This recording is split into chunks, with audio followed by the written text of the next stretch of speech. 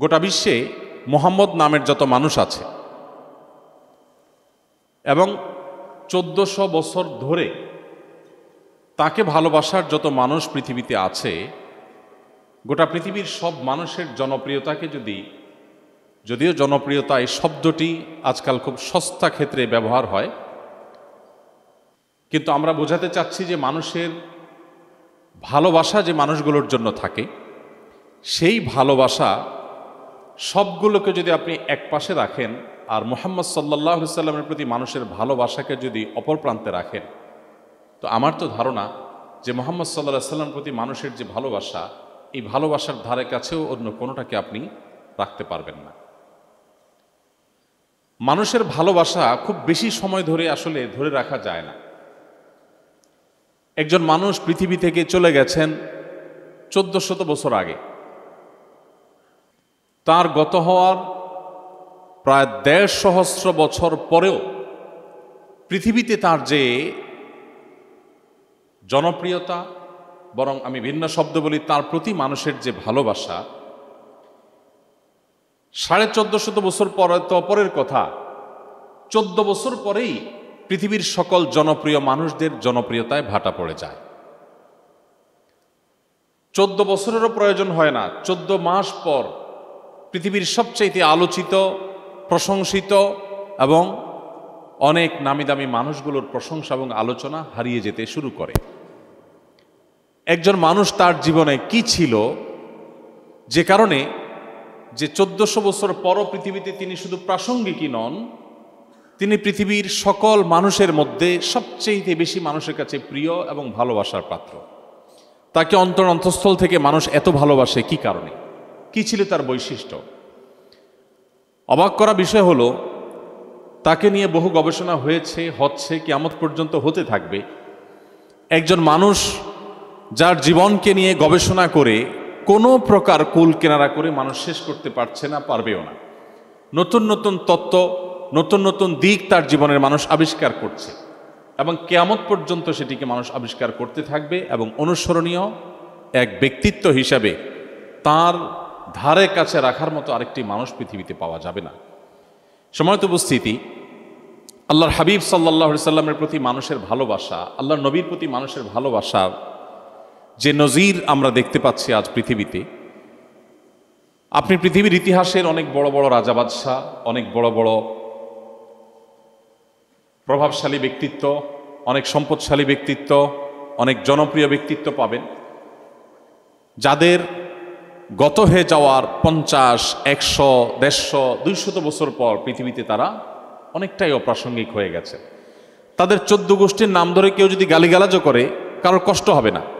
কিন্তু মুহাম্মদ সাল্লাল্লাহু আলাইহি সাল্লাম এমন এক মানুষ ছিলেন যে 1500 বছর পরও পৃথিবীর কোনো এক প্রান্তে তাকে নিয়ে কেউ একটা খারাপ মন্তব্য করলে কোটি কোটি মানুষের হৃদয়ে সত্যিকারের রক্তক্ষরণ শুরু হয়ে যায়, চোখের পানি চলে আসে, ক্ষোভে মানুষ ফেটে পড়ে।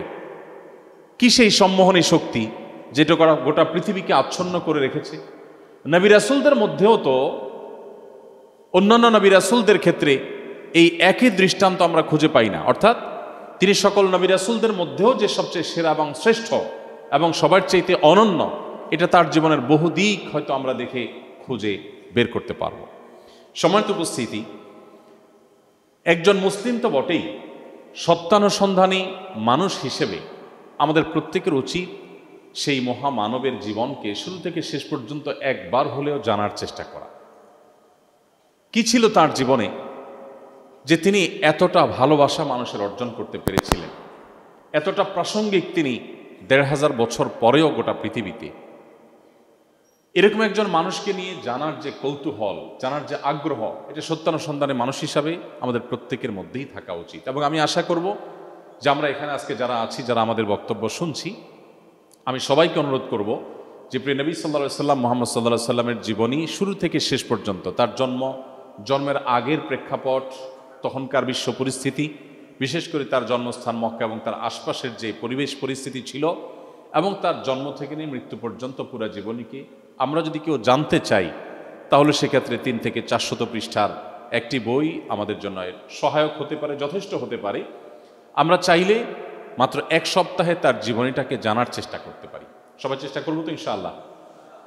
আমি আজ বিশেষভাবে আপনাদের প্রতি অনুরোধ রাখব যে নবী সাল্লাল্লাহু আলাইহি সাল্লামকে জানার উদ্দেশ্যে তার যে কোনো একটি পূর্ণাঙ্গ সিরাতের গ্রন্থ শুরু থেকে শেষ পর্যন্ত আপনি পড়ে শেষ করেন, বরং সম্ভব হলে আপনি কমপক্ষে 3টি সিরাতের গ্রন্থ 3 আঙ্গিকে লেখা সেগুলো যদি আপনি পড়ে দেখেন, আমার বিশ্বাস আপনার ইমানের মিটার এটা সাধারণ স্তর থেকে অনেক উপরে উঠে যাবে ইনশাআল্লাহ। সম্মানিত উপস্থিতি, নবী করিম সাল্লাল্লাহু আলাইহি সাল্লাম পৃথিবীতে এসে পৃথিবীকে কি দিয়ে গেছেন, এই আলোচনা তো অনেক বড় আলোচনা।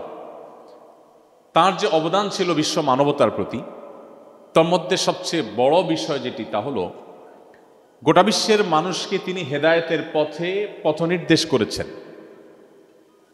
বিভ্রান্তি এবং গোমরাহির পথ থেকে মানুষকে মুক্তির পথ দেখিয়েছেন। এজন্যই তাকে বলা হয় মানবতার মুক্তির দূত। মানুষের কল্যাণ এবং অকল্যাণের পথ তিনি চিহ্নিত করে দিয়ে গেছেন। আজ পৃথিবীতে অনেক আইডিয়া মানুষ এক্সপেরিমেন্ট করছে, অনেক আইডিয়া পশ্চিমে পূর্বে মধ্যে গোটা পৃথিবীতে আপনি দেখবেন মানুষ অ্যাপ্লাই করে দেখছে।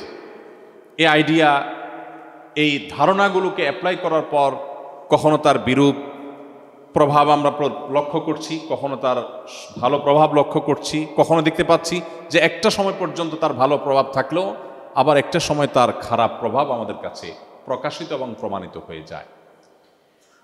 নবী করিম সাল্লাল্লাহু আলাইহি সাল্লাম তিনি যে লাইফস্টাইল, তিনি যে জীবন দর্শন বিশ্ব মানবতাকে দিয়ে গেছেন, আজও পর্যন্ত পৃথিবীতে কেউ এটি প্রমাণ করতে পারেনি যে মুহাম্মদ সাল্লাল্লাহু আলাইহি সাল্লামের দেওয়া লাইফস্টাইল বা তার দেওয়া জীবন দর্শনের এই দিকটা মানব সভ্যতার জন্য অনুপকারী বলে সাব্যস্ত হয়েছে। এটা আজও পর্যন্ত পৃথিবীতে কেউ বলতে পারেনি। বরং অবাক করা বিষয় হলো যে তার দেওয়া জীবন দর্শনের বিভিন্ন দিক, সেগুলোর যৌক্তিকতা, সেগুলোর বৈজ্ঞানিক ব্যাখ্যা, সেগুলোর যথার্থতা, এটা বিভিন্ন সময় শত শত বছর পর মানুষ আবিষ্কার করছে, উদ্ঘাটন করছে, অনুভব করছে, উপলব্ধি করতে পারছে।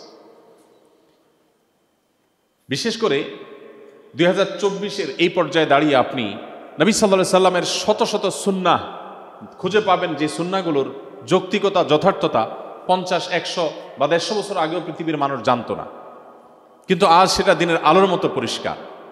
তো এই মানুষটি সম্পর্কে জানার কৌতূহল, জানার আগ্রহ, জানার জন্য আমাদের মধ্যে প্রেরণা থাকা উচিত। অন্তত তার উম্মত হিসাবে, তার অনুসারীর দাবিদার হিসাবে তার জীবনী জানা আমাদের জন্য একেবারেই অপরিহার্য। আল্লাহ তাআলা আমাদের সবাইকে সে তৌফিক দান করুন। সম্মানিত উপস্থিতি, নবী করিম সাল্লাল্লাহু আলাইহি সাল্লাম তার কথা শুনলেই সাধারণত আমাদের স্মৃতিপটে বা মানসপটে ভেসে ওঠে যে তিনি ইসলাম ধর্মের প্রবর্তক ছিলেন। তিনি মানুষকে ধর্মের কথা বলতেন, আল্লাহর কথা, রাসূলের কথা বলতেন, আখিরাতের কথা বলতেন। এটুকুর মধ্যেই বোধহয় তার জীবন সীমাবদ্ধ। আমি এটুকু খাটো করে দেখাচ্ছি না, বরং এই বিষয়টা ছিল তার জীবনের সবচেয়ে বড় বিষয় এবং তার জীবনের সবচেয়ে বড় মিশন হলো, যেটা আমি একটু আগে বলছিলাম, মানবতাকে মুক্তির পথ দেখানো। মানবতার সত্যিকারের মুক্তির পথ কোথায়, কোন দিকে, এটি বিভিন্ন সভ্যতায় মানুষ বিভিন্ন রকমের আবিষ্কারের মধ্য দিয়ে এক্সপেরিমেন্ট চালিয়েছে। মানুষ দেখেছে যে এভাবে চলে দেখা যাক মানুষের অধিকার আদায় করা যায় কিনা, ওইভাবে চলে দেখা যাক মানুষকে সুখে বা শান্তিতে রাখা যায় কিনা। অন্য কোনো আইডিয়া হয়তো অন্য কোনো সভ্যতায়, অন্য কোনো সমাজে এক্সপেরিমেন্ট করা হয়েছে যে সেটার কোনো সুফল পাওয়া যায় কিনা। আমি যেটি বলছিলাম, মুহাম্মদ সাল্লাল্লাহু আলাইহি সাল্লাম এমন জীবন দর্শন নিয়ে এসেছেন যে 1400 বছর আগের কোনো জীবন দর্শন এ যুগে পৃথিবীতে প্রাসঙ্গিক হওয়া তো দূরের কথা, একেবারেই অচল হওয়ার কথা। যেখানে তার জীবন দর্শনের প্রতিটি দিকের একেবারে ক্ষুদ্রাতি ক্ষুদ্র দিকও যদি আপনি খুঁজে দেখেন তো দেখবেন যে সেটার যথার্থতা, সেটার বাস্তবতা দিন যত অতিবাহিত হচ্ছে তত বেশি আমাদের কাছে দিনের আলো মতো পরিষ্কার হচ্ছে। আপনারা মেডিকেল কলেজের স্টুডেন্ট, আপনাদের উদ্দেশ্যে বলতে পারি যে এই যে কোভিড-19 গেল, আমরা কোয়ারেন্টাইনের কথা শুনলাম, আমরা স্বাস্থ্যবিধির কথা শুনলাম। আমার কাছে একবার এক সাংবাদিক, কোনো একটা টিভি চ্যানেল, উনি আসলেন কোভিড-19-এর সময়, এসে বললেন, হুজুর স্বাস্থ্যবিধি সম্পর্কে একটু কিছু কথা বলেন। তো আমি বললাম, এটা তো ডাক্তারদের সাবজেক্ট, এটা তো আমার সাবজেক্ট না, আমি তো একজন টিপিক্যাল হুজুর মানুষ, আমার কাছে তো হুজুরই কোনো সাবজেক্ট নিয়ে আসবেন। তখনই বললেন যে ভাই, মূলত আমাদের ধর্মে যেহেতু পরিচ্ছন্নতার কথা বলা আছে, আর ডাক্তাররা আমাদেরকে পরিচ্ছন্ন থাকতে উৎসাহিত করেন, অনুপ্রাণিত করেন। তো এই জায়গাটায় যেহেতু আপনাদের ইন্টারেস্ট এবং ডাক্তারদের ইন্টারেস্টের জায়গাটা এক হয়ে যাচ্ছে, মানুষ যেহেতু আলেমদের কথা শুনতে পছন্দ করেন, আপনি কিছু কথা বলেন। তো সে প্রসঙ্গে আমরা কিছু কথা বললাম, সাংবাদিক অবাক হয়ে গেলেন এবং বললেন যে ভাই, এর অনেক কথা আমারও জানা ছিল অ্যাজ এ মুসলিম, তবে অবাক করা বিষয় হলো যে মনে হচ্ছে যে কোভিড-19 এই প্রেক্ষাপটে মহানবী হজরত মুহাম্মদ সাল্লাল্লাহু আলাইহি সাল্লাম মনে হচ্ছে আজকেই এই হাদিসগুলো বলে গেলেন। এটা যে 1450 বছর আগের বলা কথা, সেটা যে আজকের এই কোভিড-19 ভয়াবহ পরিস্থিতিতে গোটা পৃথিবী যখন দিশেহারা, এই সময়টাতেও তার সে কথাগুলো যে প্রাসঙ্গিক হতে পারে, এটা তো ভাবতেই অবাক লাগছে। কিভাবে সম্ভব এটা? পৃথিবীতে আপনি এমন মানুষ খুব কমই দেখাতে পারবেন যে মানুষ 500, 700, 800, 1000 বছর আগে কোনো কথা বলে গেছেন, আর সেটা আজ একেবারে দিনের আলোর মতো মনে হবে, জলজল, একেবারে আজকের সঙ্গে খুবই প্রাসঙ্গিক, আজকের সময়ের সাথে সে কথা সামঞ্জস্যতা খুঁজে পাবেন। এরকম কথা খুব বেশি দেখানো যাবে না। 500, 700, 1000 বছর তো পরের কথা। 200 বছর আগের যে শিলালিপি পাওয়া যায়, 300 বছর আগের যে সমস্ত শিলালিপি পাওয়া যায়, আমাদের এই ভারতবর্ষে যারা শাসন করেছেন সেই মোগলদের আমলের লেখা যে শিলালিপি পাওয়া যায়, আপনি যদি সৌদি আরবে চলে যান, মাদায়েন সালেহ পাবেন। পৃথিবীর ইতিহাসের সবচেয়ে প্রাচীনতম সভ্যতার যে স্মৃতি পাওয়া যায় জর্ডানে বা মিডিল ইস্টের কোনো কোনো জায়গায়, সেখানকার শিলালিপিগুলোকে উদ্ধার করে ইংরেজিতে বা সেখানকার স্থানীয় ভাষায় আরবিতে যে লেখা আছে, সে সমস্ত লেখা পড়লে বোঝা যাবে যে কেমন যেন একটু ভিন্ন ভিন্ন, আমাদের এখনকার ভাষার সাথে যায় না। এত দূরে যাওয়া লাগবে না, আপনি আমাদের দেশেই 200-300 বছর আগের কোনো পুরাকীর্তিতে কোনো লেখা থাকলে সেই লেখাকে আপনি যদি মিলান, কোনো চিঠি থাকলে সেই পুরাতন যুগের কোনো চিঠি জাদুঘরে থাকলে সেটার ভাষাকে যদি আপনি মেলান, আপনি দেখবেন যে আজকের ভাষার সাথে যায় না। কেমন জানি একটা ভিন্ন ভিন্ন ভাব, সেকেলে সেকেলে ভাব, অনেক আগের, মনে হয় যে অচল, এখন আর চলে না। কিন্তু আপনি যদি আরবি ভাষা সম্পর্কে প্রাথমিক ধারণা নেন, আপনাকে গভীর পাণ্ডিত্য অর্জন করতে হবে না। এখানে অনেকে আছেন যারা মাদ্রাসা ব্যাকগ্রাউন্ডের, আপনারা পড়াশোনা করেছেন। আরবি ভাষা সম্পর্কে আপনি একেবারে প্রাইমারি ধারণা যদি আপনি নেন, আপনি বিস্মিত হতে বাধ্য। মহানবী হযরত মুহাম্মদ সাল্লাল্লাহু আলাইহি সাল্লামের 1500 বছর আগে বলা কথাগুলো, যেগুলো হাদিস আকারে সংরক্ষিত আছে, সেই কথাগুলো আজকের আরবি ভাষার সাথে যদি আপনি মিলান, কম্পেয়ার করেন, আপনার কাছে একটুও মনে হবে না যে এই কথা 100 বা 200 বছর আগের পৃথিবীতে কেউ বলেছে। আল্লাহর শপথ করে বলছি যে এটি মিরাকল ছাড়া এটি স্বাভাবিকভাবে কোনোদিনই সম্ভবপর হয় না।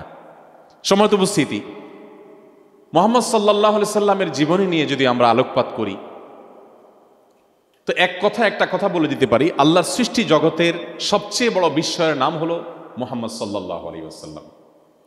সৃষ্টি জগতের সবচেয়ে বড় বিস্ময়ের নাম হলো আল্লাহর রাসূল সাল্লাল্লাহু আলাইহি ওয়াসাল্লাম। দেখুন, আমি এই কথাটি বিভিন্ন জায়গায় রিপিট করার চেষ্টা করি। একজন মানুষ পৃথিবীতে এসেছেন বিপদ মাথায় করে।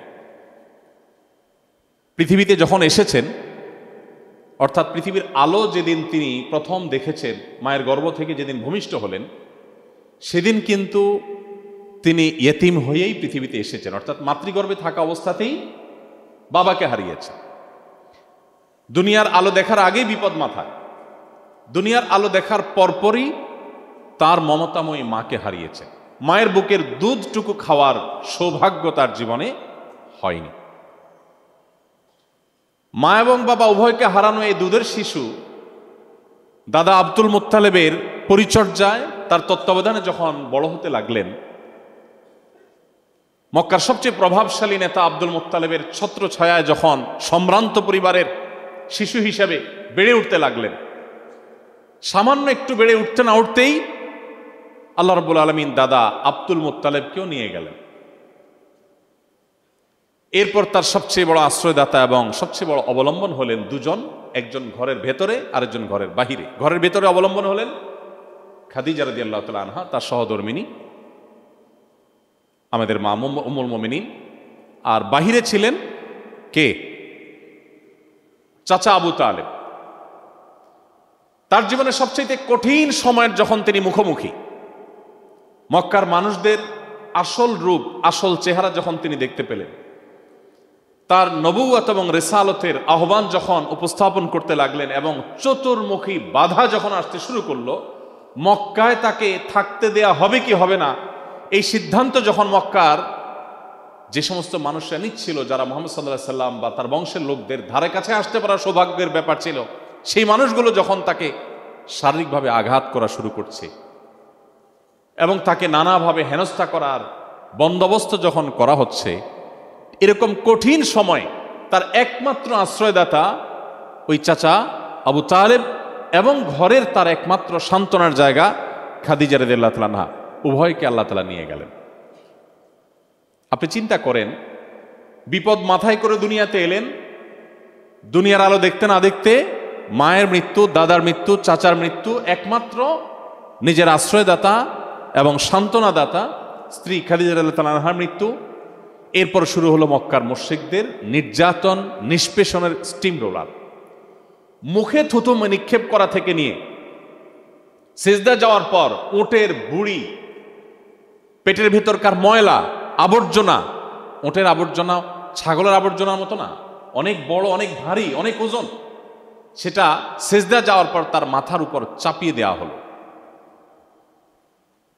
নড়ার শক্তি নাই, নিঃশ্বাস বন্ধ হয়ে মৃত্যু হওয়ার উপক্রম। তার কন্যা দূর থেকে দেখে এসে চিৎকার করে কাঁদতে কাঁদতে বাবাকে উদ্ধার করলেন। তাকে শারীরিকভাবে আক্রমণ করে রক্তাক্ত করা হয়েছে সাফা পাহাড়ের উপর। আবু জাহালের, আবু লাহাবের পাথরের আঘাতে তার শরীর থেকে রক্ত ঝরে পড়েছে। তায়েফের মানুষকে রক্ষা করতে গেলেন, তাদেরকে মুক্তির পথে আহ্বান করতে গেলেন। জবাবে তারা তার রক্তে তাকে এমনভাবে রঞ্জিত করলেন যে তার শরীরের রক্ত গিয়ে জুতোর সাথে মিশে একাকার হয়ে পা এবং জুতা লেপ্টে গেল। তিনি যখন তায়েফ থেকে নিগৃহীত হয়ে, নির্যাতিত হয়ে নিজের মাতৃভূমিতে ফিরে আসলেন, মাতৃভূমির মানুষ তখন তাকে জায়গা দেবে কি দেবে না, ঢুকতে দেবে কি দেবে না, সে আশঙ্কা মাথায় নিয়ে তাকে প্রবেশ করতে হলো। এত নির্যাতনের মুখে আর সেখানে টিকতে পারলেন, আল্লাহর নির্দেশে তাকে হিজরত করতে হলো। নিজের মাতৃভূমি ছেড়ে চলে যাওয়া, জীবনে কখনো ফিরে আসার সুযোগ হবে কিনা সেটা জানেন না।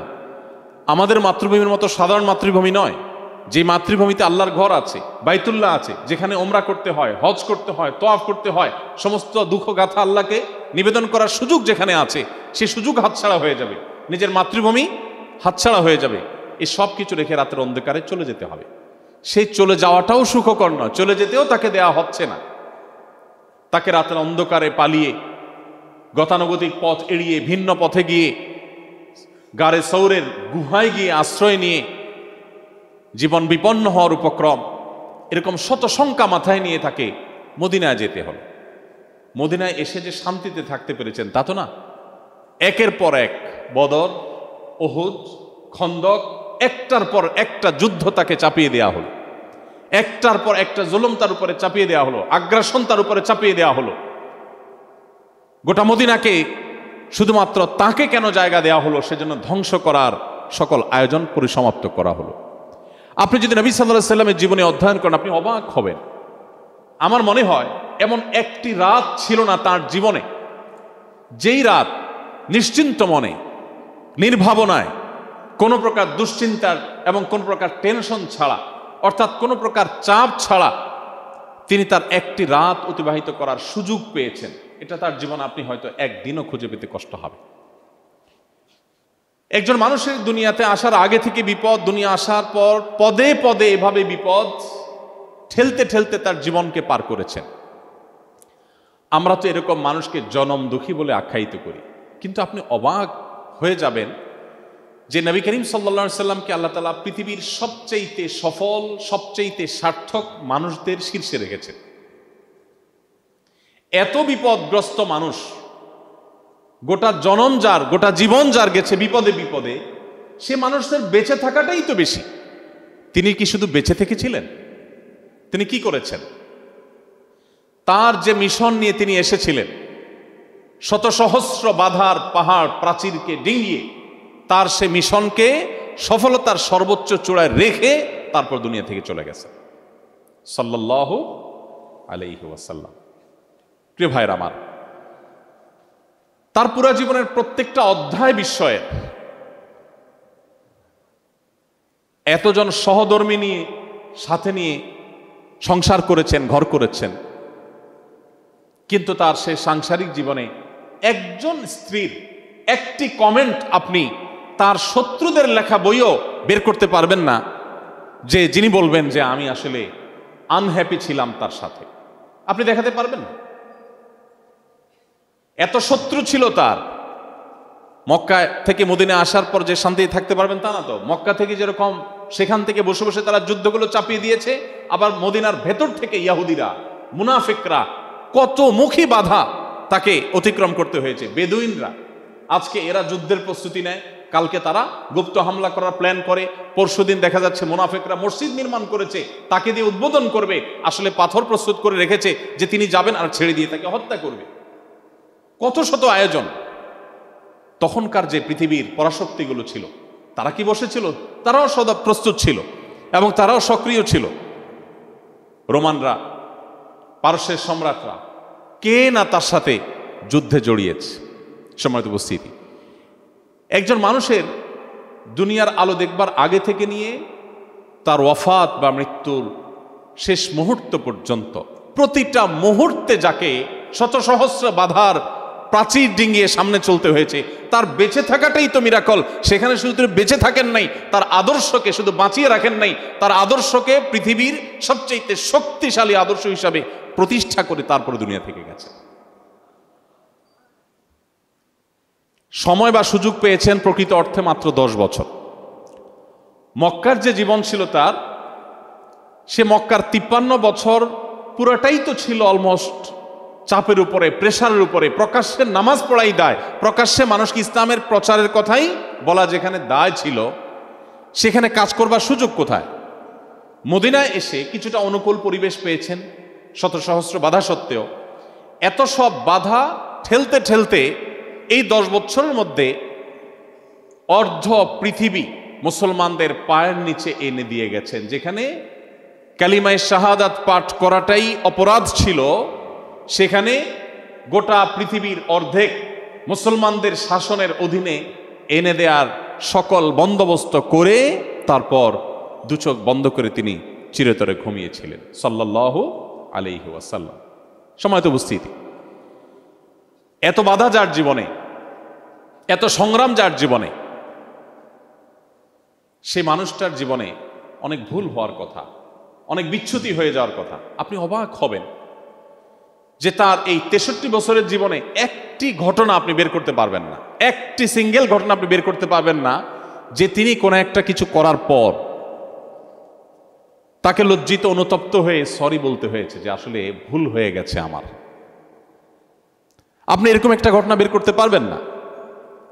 আপনি ছোট্ট একটা প্রতিষ্ঠানের পরিচালনা করেন 1 বছরের জন্য, 1 বছর পর আপনার অন্তত 5টা 10টা 20টা বিষয় এমন পাওয়া যাবে যে আসলে ডিসিশনটা সঠিক হয়নি, এখানে এই রোল প্লে করাটা ঠিক হয় নাই, এখানে এই কথা বলাটা ঠিক হয়নি। এরকম বহু জিনিস আপনি বের করতে পারবেন। আমরা বিভিন্ন প্রতিষ্ঠান পরিচালনার সাথে জড়িত আছি। আমার সুন্নাহ ফাউন্ডেশন আছে, আমাদের ঘর বাড়ি আছে, সংসার আছে। সাংসারিক জীবনে আপনি আপনার স্ত্রীর কাছে কতবার সরি বলতে হয়েছে? যারা বিবাহিত আছেন তারা টের পাবেন, এখানে সরি একটু বেশিই বলা লাগে। কিন্তু আপনি মুহাম্মদ সাল্লাল্লাহু আলাইহি সাল্লামের জীবনে যদি না পড়েন, আপনার জীবনের সবচেয়ে বড় দুর্ভাগ্যজনক অধ্যায় হবে সেটি। আপনি মুসলমান, আপনি মুহাম্মদ সাল্লাল্লাহু আলাইহি সাল্লামের জীবনীটা একবার পড়ে দেখেননি? তার পুরো জীবনে, দাম্পত্য জীবনে স্বামী স্ত্রীর মধ্যে বোঝাপড়ার যে একটু গরমিল হয়নি তা কিন্তু না, হয়েছে। তিনি অভিমান করে বাসা থেকে মসজিদে এসে শুয়ে রয়েছেন, বাসায় আজ যাচ্ছেন না, অভিমান করে। সাহাবীদের মধ্যস্থতায় সেটি নিষ্পত্তি হলো, তিনি বাসায় গেলেন। তিনি আমাদের মতো রক্ত মাংসের তৈরি মানুষ ছিলেন, তবে আমাদের সাথে তার কোনো তুলনা চলে না। তার স্ত্রীদের মধ্যেও পরস্পর একাধিক স্ত্রী থাকলে যা হয়, মনোমালিন্য, প্রতিযোগিতা, এগুলো সবই ছিল। এবং প্রতিযোগিতার লেভেল এ পর্যন্ত হয়েছে যে একজন স্ত্রী, নবী সাল্লাল্লাহু আলাইহি সাল্লাম তার ঘরে তিনি যেদিন থাকার কথা পালা হিসাবে, ওই দিন আরেকজন স্ত্রী বাটিতে করে একটু খাবার প্রস্তুত করে নবীজির জন্য পাঠিয়েছেন, যে আজকে আমার পালা যেদিন থাকতো সেদিন তো আমি খাওয়াতাম, বাট আরেকজনের পালা তিনি খাওয়াবেন, আমি পাশাপাশি একটু কিছু একটা দিয়ে শেয়ার করলাম। যার ঘরে আসছে তিনি দেখে খুব স্বাভাবিকভাবে সতীনের ঘর থেকে খাবার এসেছে, আজকে আমার ঘরে থাকার দিন, আমি নবীজিকে আমার মন মতো খাওয়াবো, আরেকজন সেটা পাঠিয়ে সে ভালো হওয়ার চেষ্টা করছে, এটা তো সহ্য করা যায় না। বাটি ধরে ছুঁড়ে ফেলে দিলেন, খাবার পড়ে গেল, বাটি 2 টুকরা হয়ে গেল। নবী করিম সাল্লাল্লাহু আলাইহি সাল্লাম দৃশ্যটা দেখার পর তিনি ঘর থেকে বের হয়ে বাটির ভাঙা অংশগুলো কুড়িয়ে আনলেন। একই রকম আরেকটা অবিকল একই রকম আরেকটা বাটি বাসায় ছিল, সেই বাটিটা বের করে যেই কাজের মেয়ে খাবারটা নিয়ে আসছে তার হাতে দিয়ে বললেন, যাও দিয়ে আসো। ইশারা ইঙ্গিতটা এমন ছিল যে সেখানে গিয়ে কোনো কথা বলবে না, যাতে কোনো ভেজাল আবার না লাগে। চলে গেলেন সে বাটি নিয়ে। এ হাদিস, যত হাদিস গ্রন্থে এ হাদিসটি বর্ণিত হয়েছে, এ হাদিসের কোনো অংশে আমি অন্তত পাইনি, আপনারা কেউ পেয়েছেন কিনা জানি না, যে নবী সাল্লাল্লাহু আলাইহি ওয়াসাল্লাম এই ঘটনার পরে কোনো রিয়্যাক্ট করেছেন। আমরা যদি হতাম, আপনি খুব ভালো স্বামী, খুব ভালো পুরুষ, আপনার স্ত্রী আপনার উপরে খুবই হ্যাপি, সন্তুষ্ট, সব দিক থেকে আপনি ওকে, এরকম একজন যদি ফেরেশতা সুলভ মানুষও এই সমাজে কল্পনা করা যায়, তিনি কমপক্ষে এইটুকু কথা বলতেন, কাজটা কি ঠিক হলো? বলতেন কিনা বলেন? মানে এইটুকু কথাও বলবে না, এটা তো কল্পনাও করা যায় না। কিন্তু আপনি অবাক হবেন, নবী করিম সাল্লাল্লাহু আলাইহি সাল্লাম একটি শব্দ ব্যবহার করেননি। কেন করেননি? কারণ স্ত্রীর এখন রাগ চরমে, এই মুহূর্তে কোনো কিছু বলে যুদ্ধ বাঁধিয়ে দেওয়ার কোনো মানে হতে পারে না। নবী করিম সাল্লাল্লাহু আলাইহি সাল্লামের পারিবারিক জীবন বলেন, তার রাজনৈতিক জীবন বলেন, তার সামরিক জীবন বলেন, তার ব্যক্তিগত জীবন বলেন, তার শৈশব বলেন, তার যৌবন বলেন, তার বার্ধক্য বলেন, শাসক মুহাম্মদ সাল্লাল্লাহু আলাইহি সাল্লামের কথা বলেন, বাবা মুহাম্মদ সাল্লাল্লাহু আলাইহি সাল্লামের কথা বলেন, এবং নেতা মুহাম্মদ সাল্লাল্লাহু আলাইহি সাল্লামের কথা বলেন, আপনি তার জীবনের এক একটা অধ্যায় নিয়ে যদি পড়াশোনা করেন, আপনি ঘাটেন, আল্লাহর শপথ করে বলছি, আপনার ইমানের মিটার এমন তরতর করে বাড়বে যে আপনি যেই লেভেলের ইমানদার আছেন সেখান থেকে আপনি নিজেকে অন্য জগতের বাসিন্দা মনে করবেন। দুর্ভাগ্যজনক বিষয় হলো, আমরা মুসলমানরা মুহাম্মদ সাল্লাল্লাহু আলাইহি সাল্লামকে জানার প্রতি আমাদের তেমন কোনো আগ্রহ নেই। আপনারা সবাই শিক্ষিত মানুষ, আপনারা জাতির কর্ণধার, আপনারা মানব সেবার অনেক অনেক ভালো ভালো জায়গায় আপনারা চলে যাবেন হয়তো ইনশাআল্লাহ। আমি আপনাদেরকে আবারও আকুল আবেদন রাখতে চাই যে আপনার জীবনে আর কিছু পড়েন বা না পড়েন, আল্লাহর হাবিব সাল্লাল্লাহু আলাইহি সাল্লামের পুরো জীবনী গ্রন্থ, সম্ভব হলে 3টি জীবনী গ্রন্থ আপনি সিলেক্ট করে, একটি হতে পারে রাহিকুল মাখতুম, ভারতবর্ষের একজন লেখক সফির ওমর রহমতুল্লাহ আলাইহির লেখা, যেটা মক্কা থেকে সিরাত এর বইয়ের উপরে যে কম্পিটিশন হয়েছে তার উপরে প্রথম স্থান অধিকার করেছে এবং গোটা বিশ্বে জনপ্রিয় সিরাত গ্রন্থগুলোর একটি, সেটি পড়তে পারেন। সেই সাথে ডক্টর আলী সাল্লাবি, আপনার মিশরের একজন বিশ্ববিখ্যাত একজন ইতিহাসবিদ, সমকালীন বিশ্বের সবচাইতে পপুলার মুসলিম ইতিহাসবিদদের একজন, তার লেখা বই পড়তে পারেন।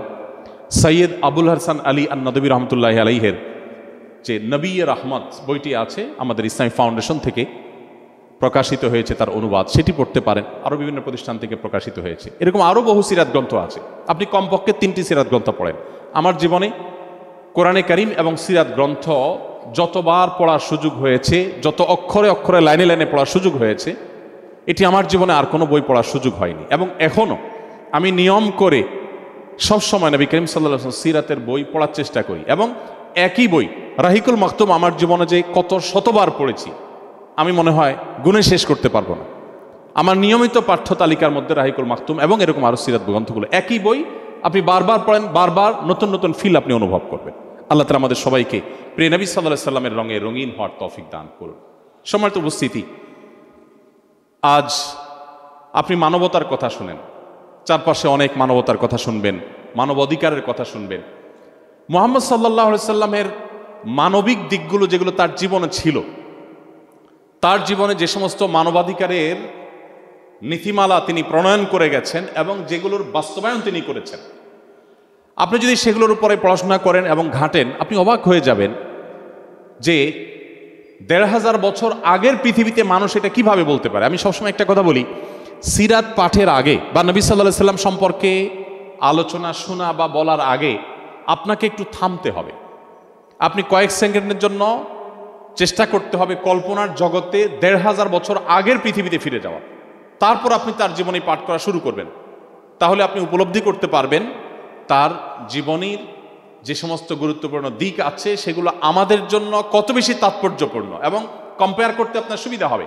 যেমন আজ শিক্ষার কথা আমরা সবাই বলি, শিক্ষার গুরুত্ব একজন রিক্সা চালক, একজন দিনমজুর, একজন খেটে খাওয়া শ্রমিক, একজন সাধারণ মানুষ, একজন অশিক্ষিত মানুষও বুঝেন যে শিক্ষা আজ খুবই গুরুত্বপূর্ণ একটা বিষয়। কিন্তু আপনি যদি 50 বছর আগের বাংলাদেশের বাস্তবতার কথা চিন্তা করেন, আমাদের বয়স তো খুব বেশি না, এখানে স্যারদের, প্রিন্সিপাল স্যার, ডিরেক্টর স্যার, তারা আমার সাথে অনেক বেশি বয়সে সিনিয়র, অনেক স্যাররা আছেন এখানে অনেক সিনিয়র, আমি তাদের সন্তান বা ছোট ভাইয়ের বয়সে। আমি আমার শৈশবে গ্রামীণ পরিবেশে যেহেতু বড় হয়েছে, আমি গ্রামের ছেলে, আমি দেখেছি যে অনেক বাবা মা সন্তানদের খেতে কাজ করাটাকে পড়ালেখা করার চাইতে অনেক দরকারি কাজ মনে করতেন। এখনো হয়তো গ্রামেগঞ্জে খুঁজলে কিছু পাওয়া যাবে। তাহলে 40 বছর 45 বছর আগের বাস্তবতা যদি এই হয়, তাহলে 200 বছর আগের বাস্তবতা এই দেশে কি ছিল? এভাবে আপনি 1500 বছর আগের সেই আরবের বাস্তবতা যদি চিন্তা করেন, তখন পড়ালেখার মতো একটা বেহুদা কাজ, জ্ঞান অর্জন করার মতো একটা অপ্রয়োজনীয় কাজ, সেই সমাজের মানুষের কাছে একটা হাস্যকর কাজ, আনপ্রোডাক্টিভ একটা কাজ আরেকটা মনে হয়েছিল না। তখন জ্ঞান অর্জন করার চাইতে মানুষের কাছে বেশি গুরুত্বপূর্ণ ছিল পেশি শক্তি কার বেশি।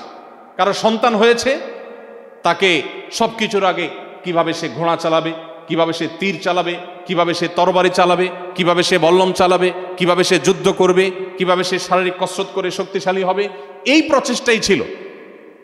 যুদ্ধ ছাড়া মারামারি, খুনাখুনি, রাহাজানি, দখলদারিত্ব, এগুলো ছাড়া তখন মধ্যপ্রাচ্যের সকল ইসলাম পূর্ব আরবের মানুষের আর কোনো কাজ ছিল না। তাদের কাছে শিক্ষা সবচেয়ে অপ্রয়োজনীয় ছিল। ওই বাস্তবতায় দাঁড়িয়ে আমি এই জন্য বলেছি যে 1500 বছর আগে চলে যেতে হবে আপনাকে। মুহাম্মদ সাল্লাল্লাহু আলাইহি সাল্লামকে নিয়ে আপনি যখন অধ্যয়ন করবেন, আপনি ফিরে যেতে হবে যে তিনি কোন বাস্তবতায় কথা বলেছেন। আপনি এখন 2024 সালে এসে জ্ঞান অর্জনের গুরুত্ব অনেক অনুধাবন করেছেন। পয়সা, পড়ালেখা ছাড়া কোনো কিছুই চলে না, গোটা পৃথিবী অচল জ্ঞান ছাড়া, বিজ্ঞান ছাড়া। এই পর্যায়ে দাঁড়িয়ে আপনি জ্ঞান বিজ্ঞানের অনেক ফজিলত, অনেক মর্যাদা, অনেক ওয়াজ, অনেক লেকচার আপনি দিতে পারবেন। কিন্তু 1500 বছর আগে যেই সমাজে জ্ঞানের কোনো 2 পয়সার মূল্য ছিল না, সেই সমাজের মানুষের বুকের উপর দাঁড়িয়ে সর্বপ্রথম নির্দেশ আল্লাহর পক্ষ থেকে যখন আসে, ইকরা বিসমি রাব্বিকাল্লাযী খালাক, তখন বুঝতে আর বাকি থাকে না এটা কোনো মানুষের রচিত কোনো গ্রন্থ না, এটা মানুষের দেয়া কোনো কথা না, এটা মহান আল্লাহর দেয়া কথা। সেই জগদ্দল পাথর বুক থেকে, মানবতার বুক থেকে সরিয়ে শিক্ষার আলো সেখানে জ্বালিয়ে গোটা পৃথিবীর মানুষকে সর্বপ্রথম শিক্ষার সবচেয়ে বেশি গুরুত্ব। নামাজের ব্যাপারেও তখন নির্দেশ আসে নাই, রোজার নির্দেশও তখন আসে নাই, হজ করার নির্দেশও আসে নাই, যাকাত দেওয়ার নির্দেশ আসে নাই, বাবা মার প্রতি সদাচরণের নির্দেশ আসে নাই, প্রতিবেশীর সাথে সদাচরণের নির্দেশ আসে নাই। সব কিছুর আগে সর্বপ্রথম নির্দেশ এসেছে ইকরা বিসমি রাব্বিকাল্লাযী খালাক। আপনার কাছে কি বিষয়টা স্বাভাবিক মনে হয়? 1400-1500 বছর আগে, 1450 বছর আগের পৃথিবীতে একটা সমাজের মানুষকে প্রথম এমন এক নির্দেশ দেওয়া হচ্ছে যে নির্দেশের কোনো গুরুত্ব সমাজের মানুষের কাছে নাই, এবং এটা দিয়েই শুরু করা হচ্ছে। নবী করিম সাল্লাল্লাহু আলাইহি সাল্লাম তিনি তার সেই মানবিক যে মুহাম্মদ সাল্লাল্লাহু আলাইহি সাল্লামের যে রূপ, আমরা নবী মুহাম্মদ সাল্লাল্লাহু আলাইহি সাল্লামকে অনেকে জানি, মানবিক মুহাম্মদ সাল্লাল্লাহু আলাইহি সাল্লামকে আমরা অনেকে জানি না। আমি সবসময় এই কথাটি বলি, আজ মানবাধিকার নিয়ে কথা বলা এটা একটা ফ্যাশনে পরিণত হয়েছে, এটা একটা স্টাইল, এটা বলতে বেশ সুন্দর শোনা যায়, শুনতে বেশ ভালো লাগে। মানবাধিকারের কথা, শ্রমিকের অধিকার, নারীর অধিকার, এগুলো বললেই শরীরের মধ্যে একটা ভাব চলে আসে, তাই না? যে অধিকার নিয়ে কথা বলছে, লোকটা খুব আধুনিক, খুব স্মার্ট, লোকটা খুব সময় সচেতন, লোকটা খুব মানবিক, লোকটা খুব মানবতাবাদী। আপনারা আমার চেয়ে নিশ্চয়ই অনেকে ভালো জেনে থাকবেন, আজ পৃথিবীতে আমাদের দেশেও অনেক মানুষ মানবাধিকারের অনেক সুন্দর সুন্দর সবক শোনায়, বুলি আওড়ায়, কিন্তু এগুলো সবগুলো হলো বিভিন্ন এমবাসি থেকে পাওয়া, বিদেশিদের কাছ থেকে পাওয়া বিভিন্ন প্রজেক্টের টাকা হালাল করার জন্য। জাস্ট বিভিন্ন অধিকার নিয়ে কাজ করবে, অ্যাক্টিভিজম করবে, নানা কাজকাম করবে এবং সেগুলো দেখিয়ে বিভিন্ন বাজেট তারা সেখান থেকে নিবে। আবার অনেকে আছেন যে আমরা আমাদের মানবিক দিকগুলো জাহির করছি, বিশেষ করে যারা সোশ্যাল অ্যাক্টিভিস্ট, তারা মানবিক কাজগুলো অনেকেই করে থাকেন। এই যে ফেনীতে, লক্ষ্মীপুরে, কুমিল্লাতে যে ভয়াবহ বন্যা মাত্র হয়ে গেল, অনেক মানুষ আছেন যারা কষ্ট করে ঢাকা থেকে, চট্টগ্রাম থেকে অনেক কষ্ট করে গেছেন, সেখানে অনেক কাজ করেছেন। তার দিন শেষে টার্গেট ছিল সেখানে গিয়ে একটা সেলফি তোলা, কিছু লাইক কমেন্টের ব্যবসা করা। এরকম অনেক মানুষ আছে না, যে সেখানে গিয়ে একটা ছবি তোলা, একটা লাইভ করা তার টার্গেট। কিন্তু নবী করিম সাল্লাল্লাহু আলাইহি সাল্লাম যখন মানবাধিকারের কথা বলেছেন, তখন পৃথিবীতে কোনো প্রজেক্টের লোভে কোনো মানুষ মানবাধিকারের কথা বলা তো দূরের কথা, তখন সেই কথাগুলো বলা ছিল সে সমাজে নিজের অস্তিত্বকে হুমকির মধ্যে ফেলে দাও। মেয়ে হিসাবে জন্মগ্রহণ করা যে সমাজে অপরাধ হিসাবে গণ্য করা হতো, নারী হিসাবে জন্মগ্রহণ করেছে এটাকে একটা দোষণীয় বিষয় মনে করা হতো। নিজের বাবা নিজের কন্যা সন্তান মেয়ে কেন হলো, যুদ্ধে তো আমার সাথে যেতে পারবে না, এই সন্তান দিয়ে তো আমার কাজে লাগবে না, সেজন্য তাকে জীবন্ত পুঁতে ফেলতো যেই সমাজ, সেই সমাজের বুকের উপর দাঁড়িয়ে মুহাম্মদ সাল্লাল্লাহু আলাইহি সাল্লাম শুধু নারীকে রক্ষা করেন নাই, আকাশে তুলে রেখে গেছেন। তিনি বলে গেছেন, কোনো বাবা যদি দুটি কন্যা সন্তানকে সঠিকভাবে লালন পালন করে, কোনো বৈষম্য না করে, কোনো অবিচার না করে, সঠিকভাবে তাদের তদারকি করে, সুসন্তান বানায়, আল্লাহর সাথে পরিচিত করায়, ঈমান তার ভিতরে প্রথিত করে, কোনো প্রকার জুলুম অবিচার না করে, এক কথা সদাচরণ করে, দায়িত্বশীল অভিভাবকের দায়িত্বটা যদি পালন করে, দুটি কন্যা সন্তানের এরকম দায়িত্ব নিলে নবী করিম সাল্লাল্লাহু আলাইহি সাল্লাম সেই ব্যক্তির জান্নাতের গ্যারান্টি এবং নবীর সাথে জান্নাতে থাকার গ্যারান্টি দিয়েছে। আমি প্রায় কম্পেয়ার করে বলার চেষ্টা করি, এখানে অনেকে আলেমারা আছেন, ওলামা ইকরাম অনেকে আছেন। নবী করিম সাল্লাল্লাহু আলাইহি সাল্লামের হাদিসের ভান্ডার থেকে আপনি একটি হাদিসও খুঁজে পাবেন না যে দুটি কন্যা সন্তানকে লালন পালন করলে এত মর্যাদার কথা আল্লাহ নবী বলেছেন। তার বিপরীতে 1 ডজন ছেলে সন্তান লালন পালন করলে নবী সাল্লাল্লাহু আলাইহি সাল্লাম জান্নাতের বারান্দায় জায়গা থাকবে, এরকম কথা বলেননি। অর্থাৎ মেয়ে হিসাবে জন্মগ্রহণ করার পর তার বাঁচার অধিকার আছে, এই কথা মুহাম্মদ সাল্লাল্লাহু আলাইহি সাল্লাম বলে থামেন নাই। সমাজের সবচেয়ে বেশি সম্মানের সাথে, মর্যাদার সাথে বাঁচার অধিকার তাকে দিয়ে গেছেন। অবাক করা বিষয় হলো, ইমাম মালিক রহমতুল্লাহ আলাইহি বলতেন, আল আম্বিয়া ও আবুল বানাত। নবী সাল্লাল্লাহু আলাইহি সাল্লাম শুধু নীতিবাক্য শুনে নীতিবাক্য শুনিয়ে বা থিওরি দিয়ে যান নাই। আল্লাহ রাব্বুল আলামিন আমাদের নবী সাল্লাল্লাহু আলাইহি সাল্লামকে বেশ কয়েকটা ছেলে সন্তান দিয়েছেন, কিন্তু তাদের সবাইকে নিয়ে গেছেন কখন? একেবারে শৈশবে, শিশুকালে। তার 4টি কন্যা সন্তান বড় হওয়া পর্যন্ত বেঁচে ছিলেন, স্বাভাবিক জীবনযাপন করেছেন এবং তারাও ছেলে সন্তানের মা হয়ে দুনিয়া থেকে গেছেন, তারা সবাই কন্যা সন্তান। তিনি কন্যাদের অধিকার, মেয়েদের অধিকারের ব্যাপারে শুধু কথা বলেছেন তা নয়, যেহেতু তার পুরো লাইফটা আল্লাহ রাব্বুল আলামিন, আমাদের সবার জীবনে আল্লাহর কর্তৃক নিয়ন্ত্রিত, আল্লাহ রাব্বুল আলামিন তার হাবিব, তার রাসূলের জীবনে, তার সংসারে, তার ঘরে ছেলে সন্তান রাখেনি নেই, যেগুলোকে বাঁচিয়ে রেখেছেন সবগুলা কন্যা সন্তান। অর্থাৎ মেয়েদের অধিকারের ব্যাপারে শুধু তিনি কথা বলেছেন তা নয়, তার ঘরে সেটার ইমপ্লিমেন্ট তিনি করেছেন এবং বাস্তবায়ন করেছেন। ফাতেমা রাদিয়াল্লাহু তাআলার প্রতি তার যে মমতা, অন্যান্য কন্যা সন্তানদের প্রতি যে মমতা, এগুলো এক একটা নিয়ে 2-4-5 ঘন্টা লেকচার দেওয়া যাবে। ঘন্টাকে ঘন্টা আপনি অধ্যয়ন করে শেষ করতে পারবেন না যে বাবা হিসাবে কি করেছেন। এক ব্যক্তি নবী সাল্লাল্লাহু আলাইহি সাল্লামের কাছে এসেছেন, এসে দেখলেন যে নবী সাল্লাল্লাহু আলাইহি সাল্লাম তার নাতি হাসান এবং হুসাইন রাদিয়াল্লাহু তাআলাকে চুমু দিচ্ছেন, আদর করছেন। তখন সেই সাহাবী অবাক হয়ে বললেন, হে আল্লাহর রাসূল, আমার অনেকগুলো সন্তান আছে, আমি তো এদের কখনো আদর করি নাই। সেই 1500 বছর আগের মানুষের যে কালচার ছিল, সে কালচারের কথা বলা হচ্ছে, যে এভাবে আদর করার কালচার সে তখনকার মানুষের কাছে ছিল না, মানুষ জানতো না। এমনি আরবরা মানুষ হিসাবে একটু সাধারণত রূঢ় স্বভাবের, নবী রাসূলদের কথা ভিন্ন। সাধারণ আরবদের মধ্যে স্বভাবটা একটু রূঢ় প্রকৃতির হয়ে থাকে। আমি 10 বছর সৌদি আরবে ছিলাম, ইসলামিক অ্যাফেয়ার্স মন্ত্রণালয়ের তরফ থেকে বাংলা ভাষাভাষীদের মধ্যে দাওয়াতি কাজ করা আমার দায়িত্ব ছিল। তো ফ্যামিলি সহ থাকতাম। আমার বাসার সামনে আমি একবার দেখলাম এক সৌদিয়ান যাচ্ছে, তার পেছন দিয়ে তার ছোট বাচ্চাটা যাচ্ছে, কত 5-6 বছর বয়স হবে হয়তো। তো বাচ্চাটা বাবার পেছনে দৌড়ে দৌড়ে যাচ্ছে। দৌড়াতে গিয়ে ছোট মানুষ আর ওরা ছোট বাচ্চারাও জুব্বা পরে, লম্বা জুব্বা পরে, তো জুব্বার সাথে প্যাঁচে এসে পড়ে গেল, বেশ জোরে সোরেই পড়লো। তো আমি খেয়াল করলাম অনেক দূর থেকে তার বাবা বাচ্চার কান্নার আওয়াজ শুনে হালকা একটু ঘাড়টা ঘুরায় দেখলেন, দেখে বললেন, ইয়াল্লাহ গুম ইসমিশকিলা খালাস গুম,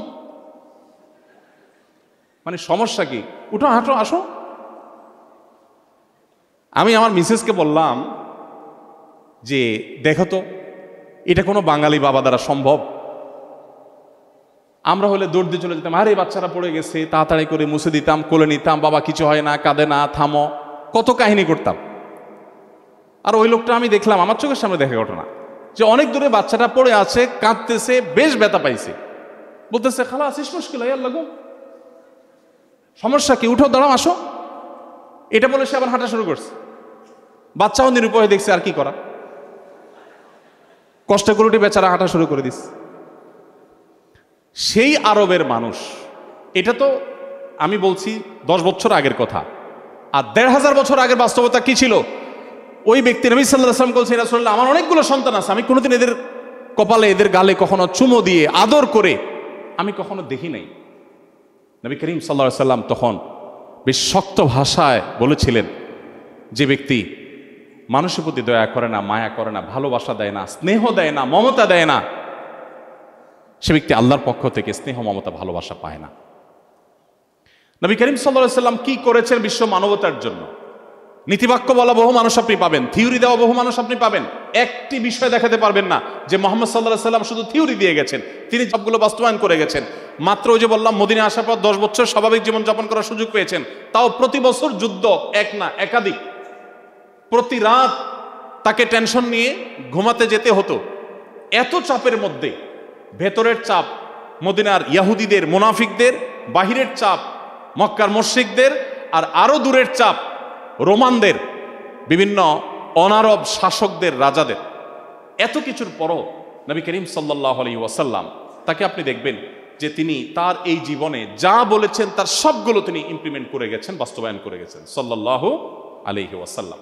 সম্মানিত উপস্থিতি, নবী করিম সাল্লাল্লাহু আলাইহি ওয়াসাল্লামের যে মানবিক দিকগুলো ছিল তার জীবনে, আপনারা একটা ঘটনা সবাই জানেন। যখন তিনি হেরা গুহায় সর্বপ্রথম জিবরিলের সাথে তার সাক্ষাৎ হলো, জিবরিল যখন তাকে 3টা চাপ দিলেন, ইকরা বিসমি রাব্বিকাল্লাযী খালাকা বলার আগে, তখন তিনি এতটাই ভড়কে গেলেন, কারণ হেরা গুহায় যারা গিয়েছেন মক্কায় তারা বলতে পারবেন, আমার এখনো উঠার সাহসই হয়নি, অনেকে উঠে মাশাআল্লাহ, এত উপরে, এত এখনো সেখানে নির্জন, কারণ পাহাড়ের চূড়ায় মানুষজন কোত্থেকে থাকবে, আর তখন তো এসব জায়গায় কোনো বসতি ছিল না মানুষের। এরকম নির্জন জায়গায় ফেরেশতা জিবরিলের চাপ, তার সাথে সাক্ষাৎ, এত বিশাল আকার সৃষ্টি, এগুলো দেখে নবী সাল্লাল্লাহু আলাইহি ওয়াসাল্লাম ভড়কে গেছে। বাসায় এসে তার স্ত্রী খাদিজা রাদিয়াল্লাহু আনহাকে যখন বললেন যে আমাকে চাদর দিয়ে মোড়াও, আমার গায়ে জ্বর এসেছে, আমি ভয় পেয়েছি, আমার জীবন বিপন্ন হওয়ার আশঙ্কা করছি আমি, তখন আব্বাজান খাদিজা রাদিয়াল্লাহু আনহা কি বলেছিলেন? হাদিসটা আপনারা অনেকেই জানেন। তিনি বলেছেন, কাল্লা লা ইউখজিকাল্লাহু আবাদা, কোশ্চিন কালেও আপনি কখনো চিন্তা করবেন না, আল্লাহ আপনাকে কখনো অপমানিত করবেন না, এটা হতে পারে না। কেন?